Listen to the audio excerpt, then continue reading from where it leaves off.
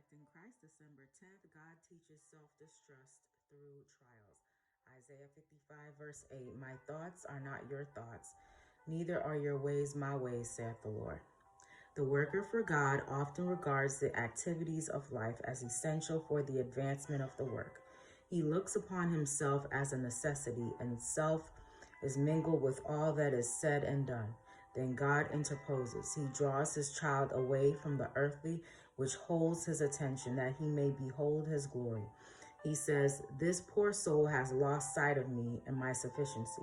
His eye is not fixed upon his Lord. I must throw my light and my vitalizing power into his heart, and thus prepare him to work in right lines.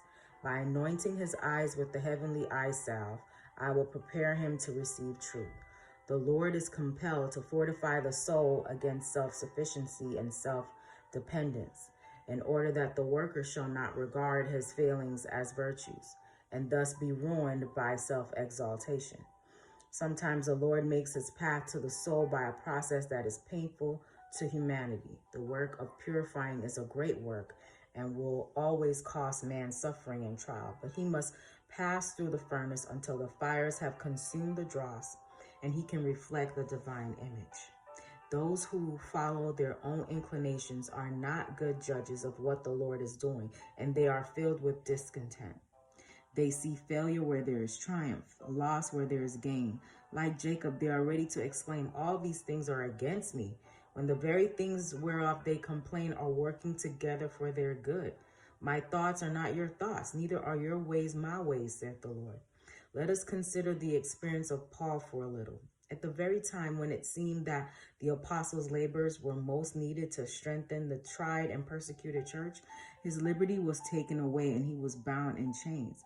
But this was the time for the Lord to work, and precious were the victories won. When to all appearance Paul was able to do the least, then it was that the truth found an entrance into the royal palace. Not Paul's masterly sermons before these great men, but his bonds attracted their attention. Through his captivity, he was a conqueror for Christ. The patience and meekness with which he submitted to his long and unjust confinement set these men to weighing his character. Sending his last message to his loved ones in the faith, Paul gathers up with his words the greetings from these saints in Caesar's household to the saints in other cities. Hope you have a great day today. Reflect Christ.